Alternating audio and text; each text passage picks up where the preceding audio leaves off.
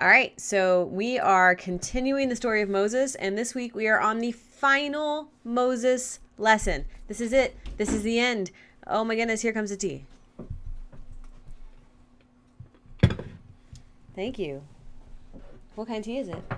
It's Autumn Roy Boys. Thank you. You should have sugar in here somewhere. I do. Trevor's bringing you tea. Thank you, sir.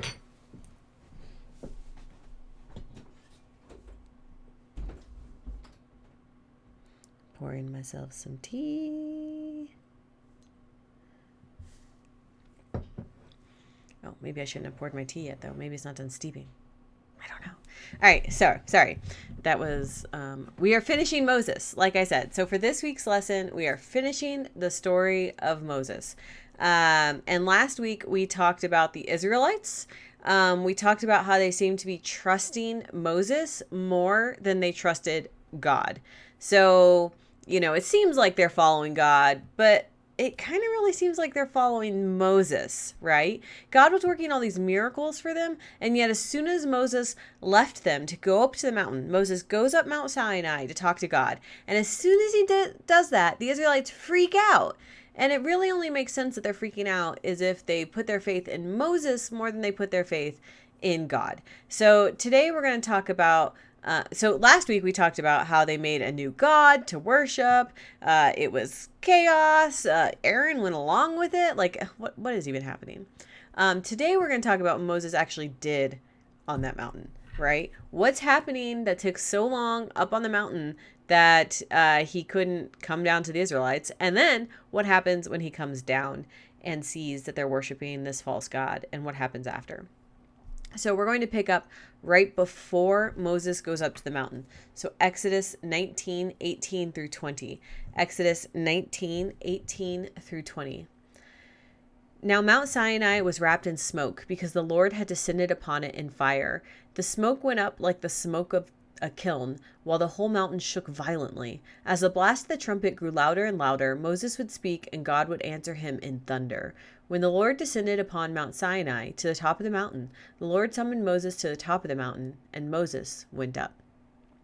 So, God descends on this mountain in a way that it almost seems like, according to the description, makes it seem like the mountain is about to turn into a volcano. There's smoke, the earth is shaking, there's fire, heavenly trumpet blasting. Okay, that doesn't really happen with volcanoes, but there's heavenly trumpet blasting. God's presence is big and obvious here. So Moses goes up to the mountain to talk to God, like one does. While up on the mountain, God basically gives Moses the law. If you've ever flipped through these first couple books of the Bible, you'll notice there's a ton of law. We're going to have a whole Sunday on what the law is and what it means in January after Christmas. But basically, it's the rule set God is giving to Moses and saying, these are the rules I expect the Israelites to live by. These rules would be everything from how to worship God to what sort of fine you have to pay if an animal you own accidentally hurts somebody else. Basically, ancient Israel doesn't believe in the separation of church and state. The church and the state are one. The word for this you may hear when you're in government classes is theocracy. So while in our society, if you blaspheme against God, God is disappointed in you, but you won't go to like jail. In their society, God will be disappointed in you and you're going to jail and possibly death. So we're going to spend a whole Sunday on that. And one thing that's really interesting is that it says God would answer in the thunder, and there's actually like whole theological debates about that. It's part of it would the split between the Orthodox Jewish community and the conservative Jewish community is what that thunder means, whether God like spoke actual words or whether he spoke in the thunder was his speaking and you just got a feeling. That's part of their division. So, but we're going to spend a whole Sunday, not on Jewish groups, but on with the law and what it means. But there are a lot of rules. There's a lot of law, which is why it takes Moses so long to come down from the mountain. He's got to write this all down. He's up there like scribbling away, like, oh my gosh, probably in hieroglyphs. It's probably the only way he knows how to write, right? So God is on the mountain with Moses, right? But God can be everywhere and see everything. So even though he's talking to Moses, he sees what's going on with the Israelites. Do we think God is happy about how the Israelites decided to make themselves a false god? No. No. 1 minute, guys. I'm going to make myself some tea. Put a sugar cube, little brown sugar in this Autumn Crisp Rooibos, which is a herbal tea, if you're interested. You're not, but it's fine. Okay. So we'll see what happens. Exodus 32, 7 through 10. Exodus 32, 7 through 10. The Lord said to Moses, "Go down at once. Your people, whom you brought up out of the land of Egypt, have acted perversely. They have been quick to turn aside from the way that I commanded them. They have cast for themselves an image of a calf, and have worshipped it and sacrificed to it, and said, 'These are your gods, O Israel, who brought you up out of the land of Egypt.' The Lord said to Moses, 'I have seen this people, how stiff-necked they are. Now let me alone, so that my wrath may burn hot against them, and I may consume them, and of you I will make a great nation.'" So God is very angry at the Israelites. He even does that thing that your parents sometimes do, where they're like, "Your child," right? They'll be talking about you. You're both of their child. But your mom will say to your dad, like, "Your son did blah, blah, blah, blah." That's totally what God's doing right here. He's like, "Your people, Moses." They're your people too, God. We're all your people, God. But God has given them everything. Oh, Trevor, we have spam in the chat. Can you make that disappear, please? I don't know how to do that.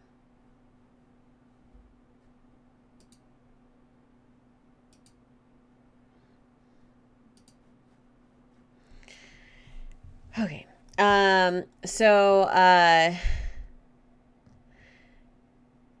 Where was I? God has given everything to them, and as we talked about last week, God's giving, and maybe they're not even really trusting God in the first place.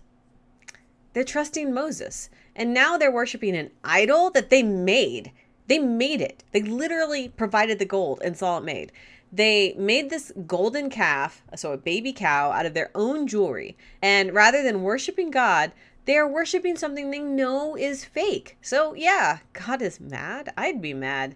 But then God says, "Leave me alone, Moses, so I might destroy them all, and then I'll start over again with you. You'll be my new Abraham." And it's still kind of keeping his promise to Abraham, because Moses is descended from Abraham. Whoa. God's going to destroy all the Israelites and start over again with Moses? Moses is probably like, what? I doubt he's sitting there like, "Cool, God, let's get rid of these people who are an absolute burden on me." It's true. They're an absolute burden on him. Moses doesn't love his job as a leader. This is his chance to like get rid of them all, right? But that's not really what he does. I think I would be tempted to be like, "Okay, God, let's get rid of them and start over. Get rid of these adults." But Moses is a better person than me, I guess. So Exodus next.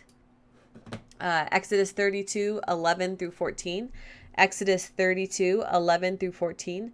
But Moses implored the Lord his God and said, "O Lord, why does your wrath burn hot against your people, whom you brought out of the land of Egypt with great power and with a mighty hand? Why should the Egyptians say it was the evil intent that he brought them out to kill them in the mountains and to consume them from the face of the earth? Turn from your fierce wrath, change your mind, and do not bring disaster on your people. Remember Abraham, Isaac, and Israel, your servants, how you swore to them by your own self, saying to them, 'I will multiply your descendants like the stars of heaven. And all this land that I have promised I will give to your descendants, that they shall inherit it forever.' And the Lord changed his mind about the disaster that he planned to bring upon his people." Okay, Moses is basically like, "But these are your people. You saved them from Egypt. What a waste if you did all this stuff to save them from Egypt, and then you're going to destroy them now." does seem like a waste, right? And then he gives God a 2-point argument. One, what would the Egyptians think, God, if you took the Hebrews from them, saved them, just to destroy them yourself? God, what will the Egyptians think of you then? And then 2, he says, don't forget you swore an oath, God. You swore an oath to Abraham, Isaac, and Israel, who's Jacob.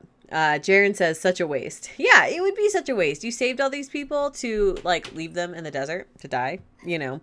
Well, actually, he wouldn't be leaving them in the desert to die. He would be just, like, destroying them. And then it says, God changed his mind.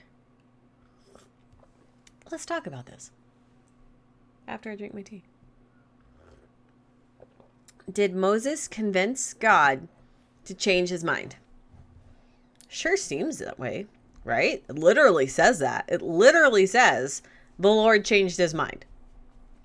And this is not the only time in the Bible that something like this happens. In fact, this is the first of several times where God tells a prophet he's going to do something crazy and wrathful, and then forces the prophet to either make an argument against God doing the wrathful thing, or causes the prophet to take action. So this sort of story is usually taken a couple of ways. One is what I'm going to say is the stereotypical Protestant way of looking at it, right? Which is that God's mind cannot be changed. Despite what the text says, God did not actually change his mind. They argue that God always knew what he was going to do, but he was trying to teach the prophet a lesson, or basically test what the prophet would do. So in this case, you have Moses, the weary, put upon leader who resents these people that he is leading. And by God putting Moses in the position where Moses has to defend the Israelites, right? God is forcing Moses to take ownership, to take leadership of these people, to say that these are my people and I'm not going to let you harm them, God. I'm going to fight for them. And I guess this is my job, to be their leader and to be the intermediary between God and these people. So if this argument would be God does not change his mind, God was kind of doing a reverse psychology number on Moses, so that Moses would step up and become a leader of Israel. Then I'm going to go, the second way to interpret the story is more of, I would say, the traditional Jewish way of looking at it, which is God's mind can be changed. And these stories like this demonstrate the power of prayer, that Moses interceded and begged on the behalf of his people. And only through Moses' prayer did God decide not to take the action he was going to take. So God was going to destroy them. He was frustrated with them. And Moses basically interceded on their behalf and changed God's mind. There are, of course, shades of gray between these two interpretations, and there's places where they overlap, right? So if you have the one extreme, God's mind can be changed, and you have the other extreme, God's mind cannot be changed. There's ways to interpret it in that middle area, right? And I'm not going to tell you which interpretation is right, because I'm not sure we really know, right? The traditional Protestant interpretation, which says God's mind can't be changed, it literally says in the text, God changed his mind. So, and yes, there are ways to view it that, you take like we've talked about, right? That the Bible, it's not the specific words that matter. And it's not, everything is not meant to be taken literally. And this, would be one of those examples from an evangelical context, right? But I think it's possible that both can be true. Neither can be true. We don't understand what's true. We'd have to get to heaven and ask God, right? And generally what camp you falls into, whether you believe God's mind can or can't be changed, lines up with what denomination you are. So like I said, in our case, as Presbyterians who generally believe in predestination, not me, but generally, a Presbyterian would generally fall into camp one, that this was always God's plan. God wanted Moses to fight on the behalf of the Hebrews, to teach Moses that he really cares about them. some of us who fall into the more free will camp might be more inclined to see more of the second option. But I will say even a lot of people on the free will side don't really believe in God's ability to change his mind. So this goes back to a concept of what we call God's immutability. Immutability is this weird word. The word mutant comes from that. So what is a mutant? It's something that changed, right? A genetic mutation. It is not just an X-Men. So mutant is a change in the genetics, right? So immutability means God cannot change. Either way, it doesn't matter which is true, right? Could God's mind change? And Moses, interceded on his behalf. God's mind did not change, and God was using this to teach Moses. Either way, I think we could say God is deeply hurt and angry by what is happening. He did all this stuff for the Israelites, and he's frustrated. Right? When we go against God, we hurt him, right? And because despite he gives us all this stuff and we turn to false idols, we turn our backs on him, we also learn that God is not necessarily quick to make the wrathful decision here, because he could have struck down the Hebrews instantly and mentioned nothing to Moses, right? If you're going with the argument that God's mind can be changed, he gave Moses the option to change his mind. He didn't have to do that, right? God could have just been like, gone.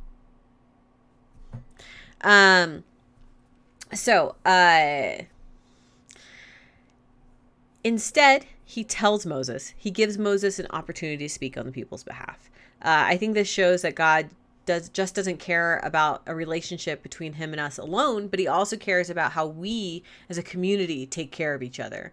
Why did he even want Moses in charge if Moses didn't even really care about the Israelites, right?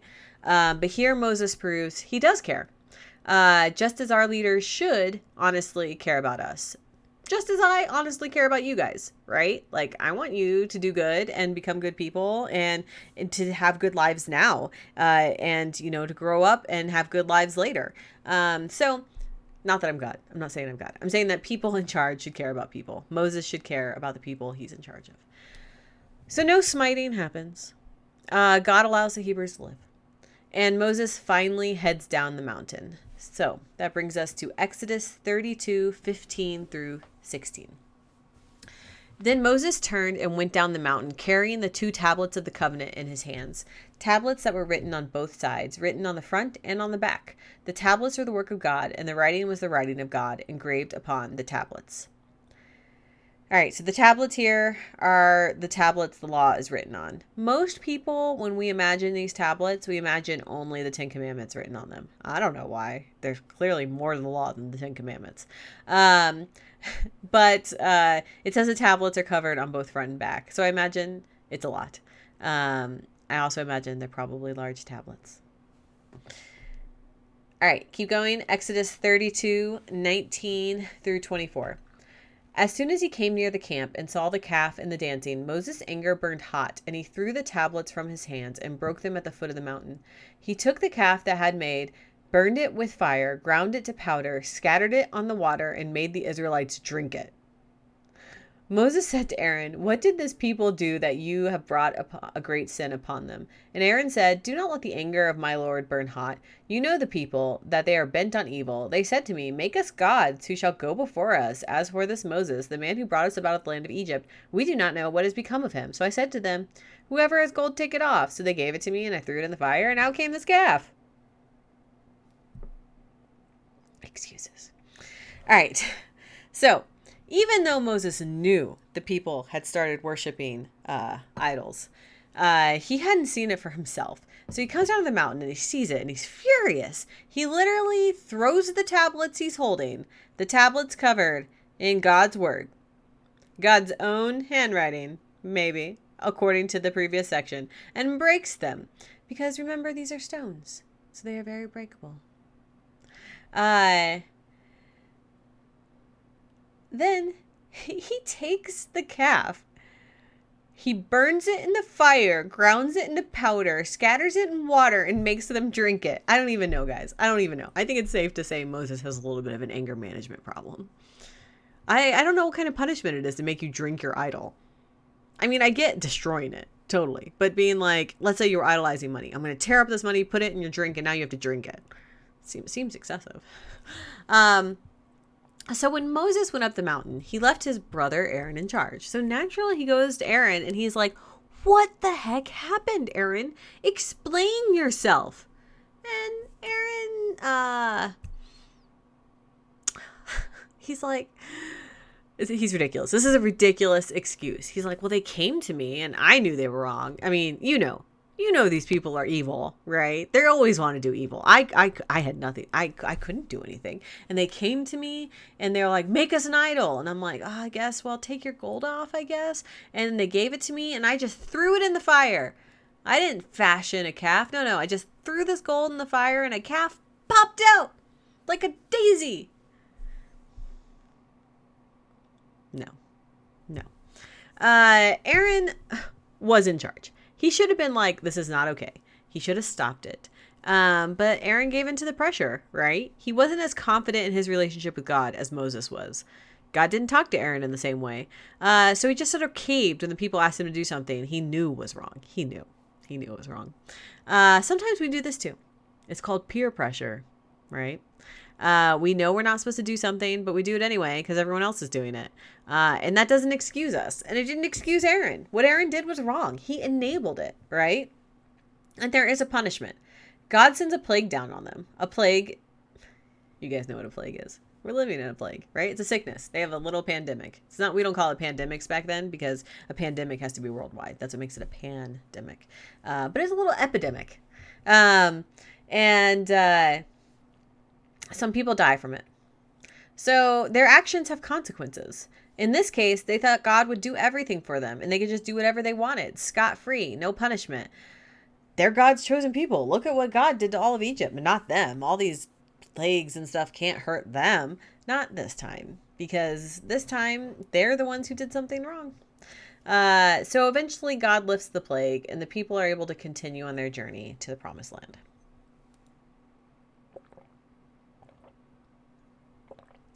Tea. All right. So before they set off again, Moses goes back up the mountain to talk to God some more.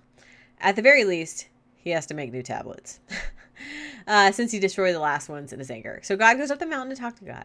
In Exodus 33:11, it says, "Thus the Lord used to speak to Moses face to face, just as a man speaks to his friend."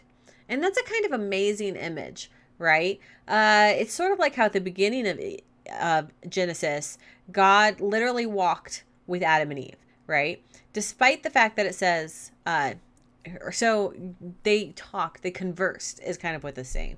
But despite the fact that it says face to face, it doesn't actually mean face to face. It means that more metaphorically, in like personal discussions in private. In French, there's a similar phrase. It's tête-à-tête. Tête means head, but all that phrase really means is private, personal conversations. That's what this means here. How do we know it's not face to face? As in actual faces facing each other? Well, because a little later, Moses has a conversation with God about wanting to see God's face. So if we look at Exodus 33:18 through 23, that's Exodus 33:18 through 23. Moses said, "Show me your glory, I pray." And he said, "I will make all my goodness pass before you and will proclaim before you the name, the Lord. And I will be gracious to whom I will be gracious and will show mercy on whom I will show mercy. But," he said, "you cannot see my face, for no one shall see me and live." And the Lord continued, "See, there is a place by me where you shall stand on the rock. And while my glory passes by, I will put you in the cleft of the rock, and I will cover you with my hand until I have passed by. And then I will take away my hand, and you shall see my back, but my face shall not be seen." So we've talked about these verses before, right? They should be familiar because we talked about this when we talked about Jacob wrestling God. But in context here, we see that Moses has been serving and talking to God for a long time now. Since he has that burning bush in the desert, or since he saw the burning bush in the desert, and God told him his name was I am who I am. That whole time, Moses has been developing a relationship with God. But during that time, Moses has never seen God with his eyes. And I think it's a very human thing to want to see who we're talking to, right? We're struggling with this in the pandemic, right? This is why people want to do more like this, like having the camera, than just, having Sunday school lesson over the phone, right? We want to see people. But God says no one can see his face and live. However, he tells Moses to stand behind a rock, and God will basically cover Moses while he walks by, and Moses can see God's back, or basically like afterglow, the glory that trails behind him, but not his face. And even this has a tremendous impact on Moses. So Exodus 34:29 through 35. Exodus 34:29 through 35. Sorry, T. Moses came down from Mount Sinai. As he came down from the mountain with the 2 tablets of the covenant in his hand, Moses did not know that the skin of his face shone because he had been talking with God.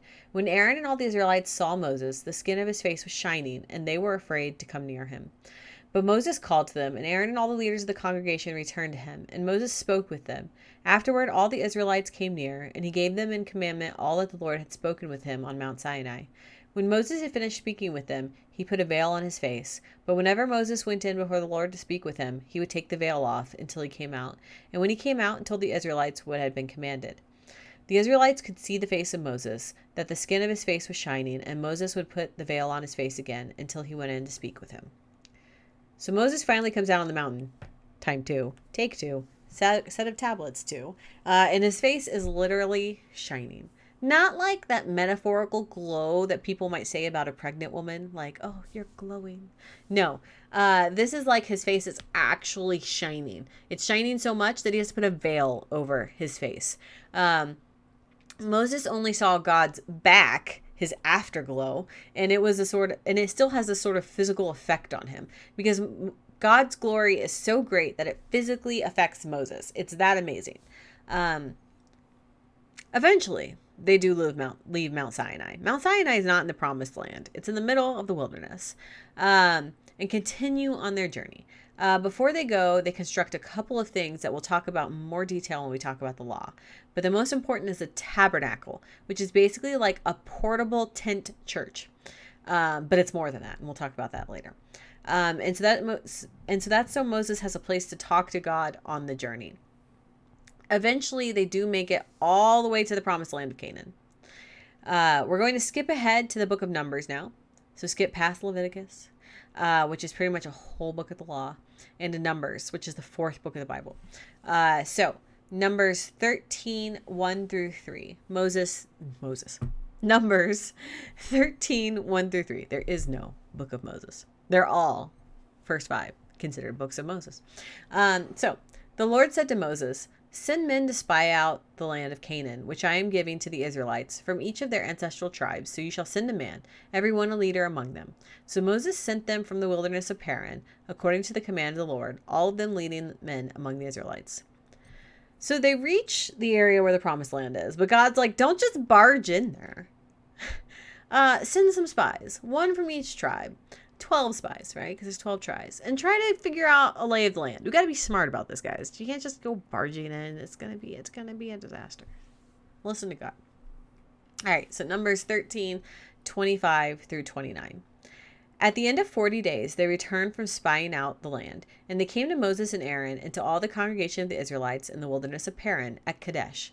They brought back word to them and to all the congregation and showed them the fruit of the land. And they told him, "We came to the land to which you sent us. It flows with milk and honey, and this is its fruits. Yet the people who live in the land are strong, and the towns are fortified and very large. And besides, we saw the descendants of Anak there. The Amalekites live in the land of the Negeb, the Hittites, the Jebusites, and the Amorites live in the hill country, and the Canaanites live by the sea. Live by the sea and along the Jordan." So the spies spend. Yeah, let me drink some tea. The spies spend 40 days in the promised land. And they come back and they give a report. They're basically like, "Oh, this land is so beautiful. It's filled with all these wonderful things. It flows with milk and honey," which is really just a way of saying it's like fertile, right? Obviously, you don't have rivers flowing with milk. They're like, "Here's even some sample fruit we picked up. But there's a catch. The land is occupied by giants." That's what descendants of Anak would mean. It would mean giants, so large people. And the spies are basically like, so even though it's wonderful, the people there are super scary, and there's giants. So we're not going to go there, right? Let's not do this. But then one spy says something else. Numbers 13:30 through 32. But Caleb quieted the people before Moses and said, "Let us go up at once and occupy it, for we are well able to overcome it." Then the people who'd gone up with him said, "We are not able to go up against this people, for they are stronger than we." So they brought to the Israelites an unfavorable report of the land that they had spied out, saying, "This land that we have gone through as spies is a land that devours its inhabitants, and all the people that we saw in it are of great size." So Caleb, he's one of the spies. He's like, who cares if they're strong? We've got God, so we're stronger. Let's go. But the other spies are like, no. Caleb. That's not going to happen. There's 11 of us. There's one of you. And the land is occupied by giants. Needless to say, when the Israelites hear this report, they freak out. They don't want to go to the promised land. They're scared. And they're basically like, I can't believe God brought us out of Egypt all the way here just to kill us now. As if he wouldn't have killed them in Mount Sinai. We should just go back to Egypt. Caleb tries to convince the people otherwise, that they should go and take the promised land, that God has got their back, everything's going to be fine. Moses, I think, is mostly just exasperated at this point and can't believe they're having the same argument again. He's like, back to Egypt? But the most important reaction of all to this, of course, is not Moses' reaction or the people's reaction or Caleb's reaction. It's God's reaction. So let's see how God feels about the people not wanting the land he gave them. Numbers 14:20 through 24. Then the Lord said, I do forgive, just as you have asked. Nevertheless, as I live, and as all the earth shall be filled with the glory of the Lord, none of the people who have seen my glory and the signs that I did in Egypt and in the wilderness, and yet have tested me these 10 times and have not obeyed my voice, shall see the land that I swore to give to their ancestors. None of those who despised me shall see it. But my servant Caleb, because he has a different spirit and has followed me wholeheartedly, I will bring into the land into which he went, and his descendants shall possess it. The Hebrews have basically shown God over and over again that they don't believe. They don't believe God has their back as they enter the promised land. And God's reaction is basically like, fine. You don't believe? That's fine. That's fine. You don't get to go. Their punishment is the people who did not believe, who made it all the way from Egypt to the promised land and then said, no, we can't go in there. God is not going to let them set foot in the promised land. Caleb, however, who believed, will get to. Because of this, the Israelites are sent to wander in the desert for 40 years. Now Moses, he believes in God. He's just trying to lead these people, who he didn't want anyway.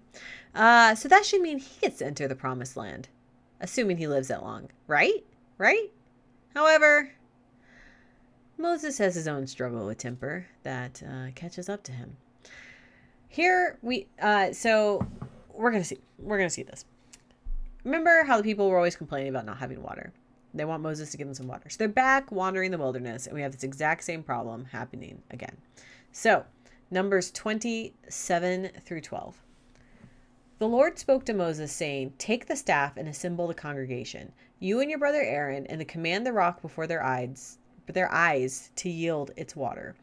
Thus you shall bring water out of the rock for them. Thus you shall provide drink for the congregation and their livestock. I'm sorry, I can't read today. So Moses took the staff from before the Lord, as he had commanded them. Moses and Aaron gathered the assembly together before the rock, and he said to them, listen, you rebels, shall we bring water for you out of this rock? Then Moses lifted up his hand and struck the rock twice with his staff. Water came out abundantly, and the congregation and their livestock drank. But the Lord said to Moses and Aaron, because you did not trust in me to show my holiness before the eyes of the Israelites, therefore you shall not bring this assembly into the land that I have given them. So God, he gives Moses some very specific instructions. He says Moses is to speak to the rock and it will provide water. Moses goes out to this people, and you can just tell from how he talks to them that he's frustrated. He calls them rebels. He's being a little snarky. He's like, shall I get you water from this rock? And then instead of speaking to the rock, he strikes it with his staff twice. The water comes out. But is this what God told Moses to do? No. He very specifically told him to speak to the rock. This is just one of the many examples of Moses' temper getting the better of him, like breaking the stone tablets. So Moses is to be punished too for disobeying God. God tells Moses that Moses will not be the one who leads the Israelites in the promised land. Moses too will die before the Hebrews reach that place. In the end, however, God does let Moses look at the promised land, just not enter. So we're going to skip to another book of the Bible. We're going to skip to Deuteronomy. We're going to skip to the very last chapter, which is chapter 34. And we're going to read 34, 1 through 12, which I believe is... did I skip a section? You guys, I skipped a section. Just in the charts, I think. Or no, I mislabeled it. This is Deuteronomy. I'm sorry. This is Deuteronomy. And okay. So Moses went up from the plains of Moab to Mount Nebo, to the top of Pisgah, which is in opposite Jericho. And the Lord showed him the whole land, Gilead as far as Dan, all Naphtali, the land of Ephraim and Manasseh, all the land of Judah as far as the western sea, the Negeb, the plain, that is the valley of Jericho, the city of palm trees, as far as Zoar. The Lord said to him, "This is the land of which I swore to Abraham, to Isaac, and to Jacob, saying, I will give it to your descendants. I have let you see it with your eyes, but you shall not cross over there." Then Moses, the servant of the Lord, died there in the land of Moab, at the Lord's command. He was buried in the valley in the land of Moab, opposite Beth Peor, but no one knows his burial place to this day. Moses was 120 years old when he died. His sight was unimpaired, and his vigor had not abated. The Israelites wept for Moses in the plains of Moab 30 days, and the period of mourning for Moses was ended. Joshua, son of Nun, was full of spirit of wisdom, because Moses had laid his hands on him, and the Israelites obeyed him, doing as the Lord had commanded Moses. Never since there has arisen a prophet in Israel like Moses, whom the Lord knew face to face. He was unequaled for all the signs and wonders the Lord sent him to perform in the land of Egypt against Pharaoh, and all his servants and his entire land, and for all his mighty deeds and all his terrifying displays of power that Moses performed in the sight of all Israel. So after 40 years of wandering in the desert, Moses eventually got everyone to the promised land, but he himself never got to enter. He does have a moment where God takes him up on a ridge and has like a Mufasa Simba moment, which is like, everything the light touches will be your people's. But Moses isn't going to get to go in there, right? So Moses went from being a baby in a basket who floated down the Nile. He then became a prince of Egypt, then a shepherd, finally a reluctant leader of Israel. He succeeded in his task, and God let him look upon the land of Abraham, Isaac, and Jacob, where they had once lived. But then it's time for the next generation to lead, and that's Joshua, the new leader of Israel, who's going to lead them into Canaan. And this is the story of Moses. And you see in this end of Deuteronomy, which is basically the end of the story of Moses, right? That it kind of gives us a little like soliloquy about Moses, that never has there been a prophet like Moses, whom the Lord knew face to face. Moses is still to this day remembered as one of the greatest of prophets. And that's why, when we get to Jesus and we're studying Jesus, you'll see there's a lot of parallels of the text calling back from Jesus to Moses to be like, remember Moses? Remember how great he was? Remember how he was the greatest of us? Jesus is even greater than that, right? But Moses, he got lucky in a boat, in a basket in the river, right? Lucky. God protected him. Got picked up by Pharaoh's daughter, was raised, in luxury, and then, murdered someone and ran away, and thought he was going to have this quiet life in Midian. And then God called him, and he answered God's call very reluctantly. He didn't want to do it. He was very angsty about it the whole time, as we saw in this whole section we were studying, right? Very snarky, very much didn't want to do these things. But in the end, he became this great leader, and succeeded in his task. He finished the race, right? As Paul would say. So, that is the story of Moses, and that is the end of today's lesson. So let me stop the recording, and then we'll do